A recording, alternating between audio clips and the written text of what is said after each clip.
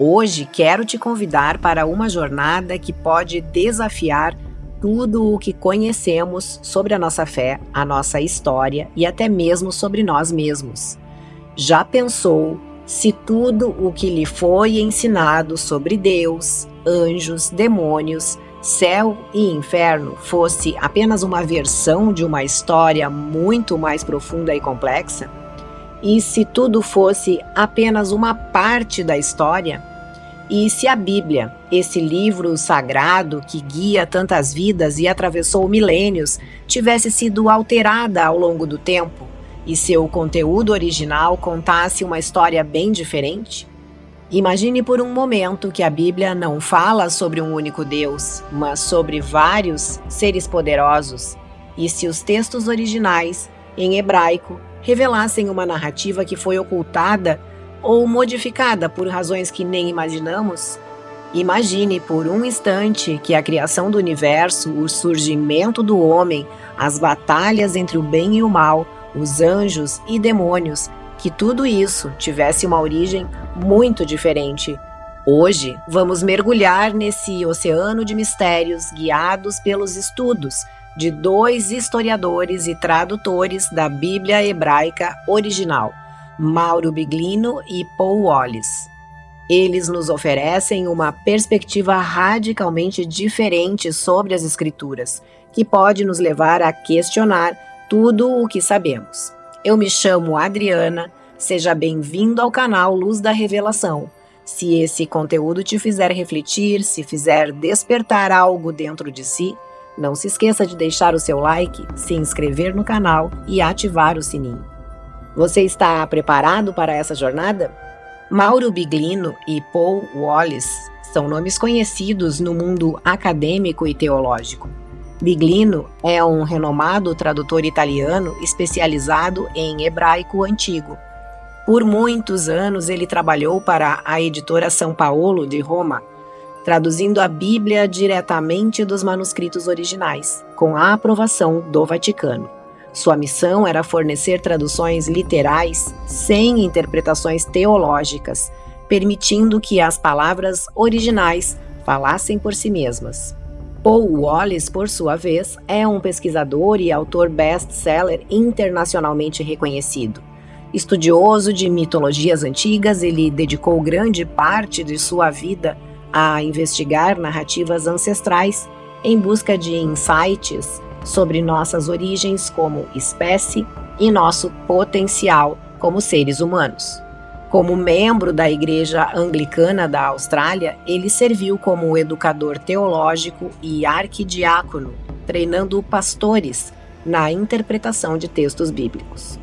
Um dos pontos centrais de suas pesquisas é a palavra Elohim, frequentemente traduzida como Deus nas Bíblias modernas. No entanto, no texto original em hebraico, Elohim está no plural. Isso mesmo, plural. Então, por que traduziram como se fosse singular? No primeiro versículo de Gênesis, lemos na tradução: No princípio, Deus criou os céus e a terra. Em hebraico, a palavra usada é Elohim. Biglino e Wallis argumentam que essa palavra deveria ser traduzida como os poderosos ou os deuses, indicando a presença de múltiplas entidades e não de um único Deus supremo.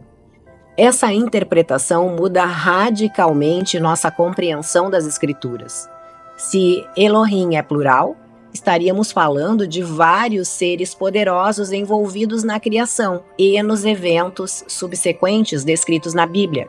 E mais, esses seres não seriam necessariamente divindades espirituais, mas indivíduos em carne e osso. Wallis aponta que em várias partes da Bíblia, especialmente no Antigo Testamento, há menções que sugerem a existência de múltiplos deuses ou entidades poderosas. Por exemplo, nos 10 Mandamentos encontramos a ordem: não terás outros deuses diante de mim. Se existe apenas um Deus, por que a necessidade de proibir a adoração de outros? Além disso, Histórias como a da Torre de Babel levantam questões intrigantes. Segundo a narrativa tradicional, Deus confundiu as línguas dos homens para impedir que construíssem uma torre que chegasse aos céus. Mas por que um Deus onipotente se sentiria ameaçado por uma construção humana? Biglino e Wallace sugerem que essas histórias podem ser remanescentes de narrativas mais antigas, onde diferentes Elohim interagiam com a humanidade, às vezes em conflito uns com os outros, competindo pela adoração e lealdade dos homens. Outra passagem intrigante é a descrição de um conselho celestial, onde diversas entidades poderosas se reúnem, presididas por Javé ou Jeová. Se Javé é o único Deus verdadeiro, por que ele precisa presidir um conselho com outros deuses? Essa ideia de um panteão de deuses não é exclusiva da cultura hebraica. Civilizações antigas, como os sumérios, babilônios, egípcios e gregos, também acreditavam em múltiplas divindades que interagiam com os humanos. Biglino e Wallace defendem que, ao longo dos séculos, as escrituras foram adaptadas e editadas para promover uma visão monoteísta e consolidar o poder religioso. Durante o século VI a.C., após o exílio na Babilônia, os redatores das escrituras teriam revisado os textos para unificar a fé em um único Deus, eliminando as referências a outros deuses ou entidades. Essa edição das escrituras não teria sido motivada por razões gramaticais ou de precisão textual, mas sim por questões ideológicas e políticas, visando o controle e o poder sobre as massas. A intenção era fortalecer a identidade do povo de Israel e centralizar o culto em torno do Templo de Jerusalém. Essa perspectiva levanta questões morais profundas. Se as histórias dos Elohim foram transformadas em histórias sobre um único Deus, isso pode explicar algumas das contradições e inúmeras ações violentas atribuídas a Deus no Antigo Testamento. Muitas dessas ações, que parecem incompatíveis com um Deus amoroso e justo, podem fazer mais sentido se entendermos que eram narrativas sobre diferentes entidades com agendas distintas. Padres e teólogos dos primeiros séculos do cristianismo já apontavam essas contradições. Orígenes de Alexandria, por exemplo, argumentava que interpretar literalmente essas histórias resultaria em acreditar em um Deus que comete atos que nem mesmo os homens mais selvagens cometeriam. Ao expandirmos a nossa visão para além da tradição judaico-cristã, encontramos outras culturas com narrativas semelhantes.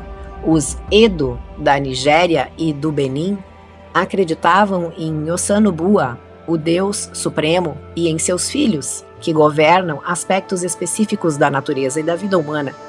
Essas semelhanças sugerem que, em tempos antigos, a crença em múltiplas divindades era comum e que as histórias dessas entidades foram adaptadas e reinterpretadas conforme as culturas evoluíram e as religiões se consolidaram. Essa nova leitura das Escrituras não busca destruir a fé ou desacreditar a existência de Deus. Pelo contrário, ela nos convida a aprofundar nosso entendimento, questionar, refletir e buscar uma conexão mais autêntica com o divino.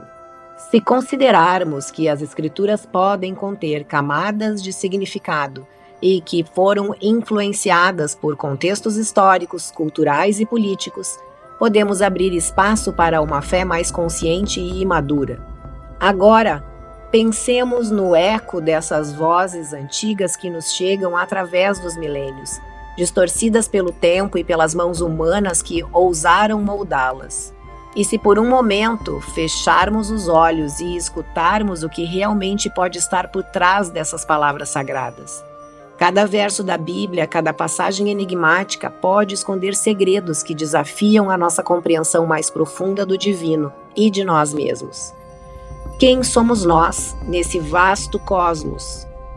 E se esses antigos textos não estiverem apenas nos contando uma história sobre fé, mas sim um relato sobre a própria existência humana?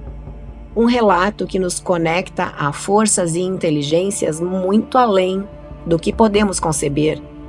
Talvez Elohim, em sua pluralidade, represente uma miríade de consciências, cada uma com o seu papel na criação, cada uma com o seu propósito nas engrenagens universais. A ideia de que fomos visitados, guiados, moldados por seres além da nossa compreensão não é nova. Está entrelaçada em culturas de todos os cantos do planeta.